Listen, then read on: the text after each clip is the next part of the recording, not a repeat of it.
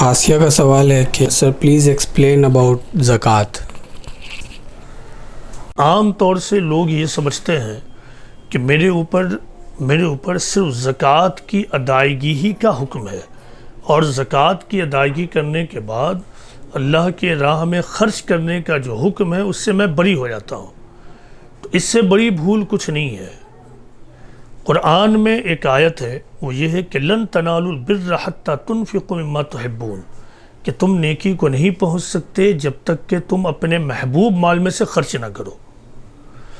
تو زکوٰۃ کا اصل مقصد جو ہے وہ ہے اطعام مسکین، یعنی دوسروں کی مدد۔ اصل مقصد، اگرچہ زکوٰۃ جن مدوں میں خرچ کرنا ہے ان مدوں میں دعوت اللہ یعنی دین کی اشاعت کا مد بھی شامل ہے، لیکن دین کی اشاعت کا مد قرآن و حدیث میں سب سے بڑا مد بتایا گیا، سب سے بڑا مد۔ اور یہ کہا گیا ہے کہ جو لوگ خدا کے دین کی اشاعت کے لیے خرچ کریں گے تو اللہ کے ہاں ان کا بہت بڑا اجر ہے۔ جو لوگ خدا کے دین کی اشاعت کے لیے خرچ کریں گے تو اللہ کے ہاں ان کا بہت بڑا اجر ہے۔ بلکہ قرآن میں یہ کہا گیا کہ جو لوگ اللہ کے دین کی اشاعت میں خرچ کریں تو وہ اللہ کے اوپر قرض حسن ہے، یعنی بیسٹ لون، اور اللہ اس کو ریٹرن کرے گا۔ زکوٰۃ دراصل قرآن و حدیث کے مطالعے سے معلوم ہوتا ہے، زکوٰۃ دراصل خدا کی راہ میں خرچ کرنے کی بگننگ ہے۔ زکوٰۃ is a beginning not the end۔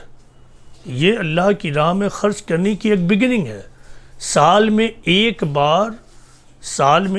بار زکوٰۃ کا حکم دے کر اور اس کو کمپلسری کر اللہ کی راہ میں خرچ کرنے کا عادی بنایا جاتا ہے، تاکہ زکوٰۃ کے علاوہ خرچ کرنا اس کے اوپر قساوت نہ گزرے۔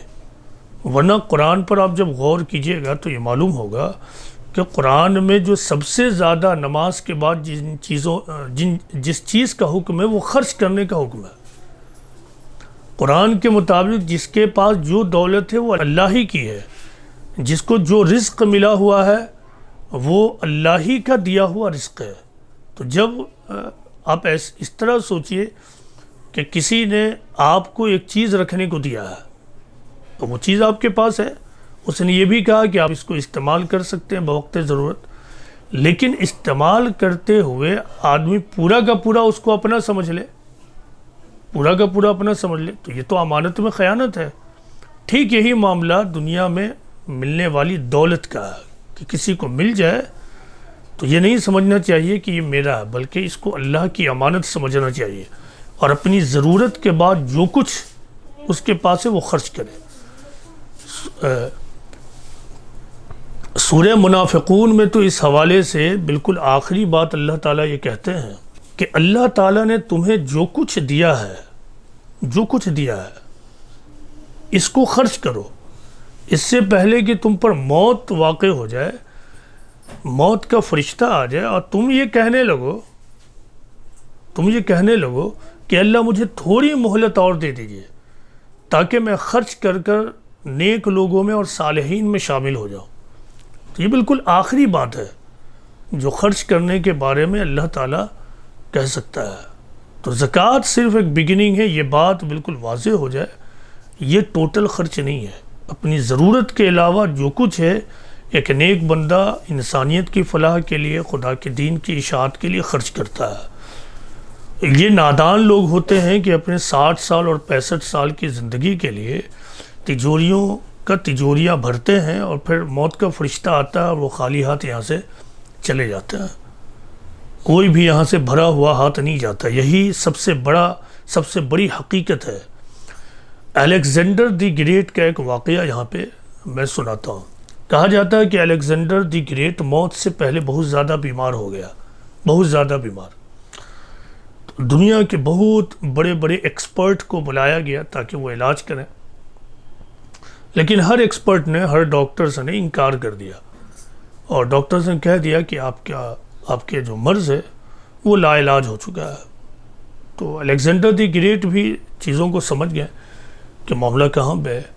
جب یہ محسوس ہو گیا کہ موت بہت قریب ہے تو الیگزینڈر دی گریٹ نے اپنے تمام منسٹرز کو بلایا اور کہا کہ دیکھو جب میں مر جاؤں اور میرا جنازہ اٹھ کر جانے لگے تو 3 کام کرنا ہے۔ ایک تو یہ کہ میرے جنازے کو دنیا کے یہ جو ایکسپرٹس ہیں، ڈاکٹرس ہیں، وہ اٹھا کر لے کے جائیں۔ دوسرا یہ کہ میرے پورے راستے میں، یعنی جنازہ جس راستے سے بھی گزرے اس پورے راستے میں ہیرے جواہرات سے راستوں کو سجا دیا جائے۔ اور تیسرا یہ کہ میرے ہاتھ کو باہر نکال دیا جائے، وہ جو جنازہ جس پہ لے جایا جائے ہاتھ باہر ہو۔ لوگوں نے پوچھا ایسا کیوں؟ انہوں نے کہا کہ میرے جنازے کو ڈاکٹرز اور ایکسپرٹس اس لیے اٹھائے تاکہ عوام یہ جان لے کہ موت سے دنیا کے بڑے بڑے ڈاکٹرز بھی کسی کو نہیں بچا سکتے ہیں۔ نمبر 2، دولت چاروں طرف اس لیے بچھا دو کہ لوگ یہ دیکھیں کہ تمام دولت ہونے کے باوجود الیگزینڈر دی گریٹ موت کے آغوش میں جا چکا ہے۔ تیسری بات یہ، ہاتھ باہر اس لیے نکال کر کہ لوگ یہ دیکھیں کہ میں ہاتھ بند کر آیا تھا اور میں یہاں سے کھلے ہاتھ رخصت ہو رہا ہوں۔ تو یہ دنیا کی حقیقت ہے۔ اس دنیا کے لیے کوئی نادان ہی اس دنیا کی تجوری میں جمع کر رکھتا ہے۔ مومن تو وہ ہے جو آخرت کی تجوری میں رکھتا ہے، آخرت کی تجوری میں جمع کرتا ہے۔ اسی بات کو عیسیٰ مسیح نے کہا تھا، جہاں تمہاری دولت ہوتی وہیں تمہارا دل ہوتا ہے، جہاں تمہاری دولت وہیں تمہارا دل۔ یعنی اگر دولت دنیا کے لیے خرچ ہو رہی ہے، دنیا کے بازار میں خرچ ہو رہی ہے، تو دل و دماغ اور سوچ بھی دنیا کے بازار میں ہوگی۔ اور دولت اگر آخرت کے لیے خرچ ہو رہی ہے تو آدمی کا دل و دماغ آخرت ہی میں لگے گا۔ تو آدمی کو یہ جاننا ہے کہ زکوٰۃ بس نہیں ہے، بلکہ قرآن میں وَيَسْأَلُونَكَ مَاذَا يُنْفِقُونَ قُلِ الْعَفْوَ، پوچھتے ہیں کہ کیا خرچ کریں، کہہ دو جو ضرورت سے زیادہ ہے۔ یہی زکوٰۃ کی بھی اسپرٹ ہے۔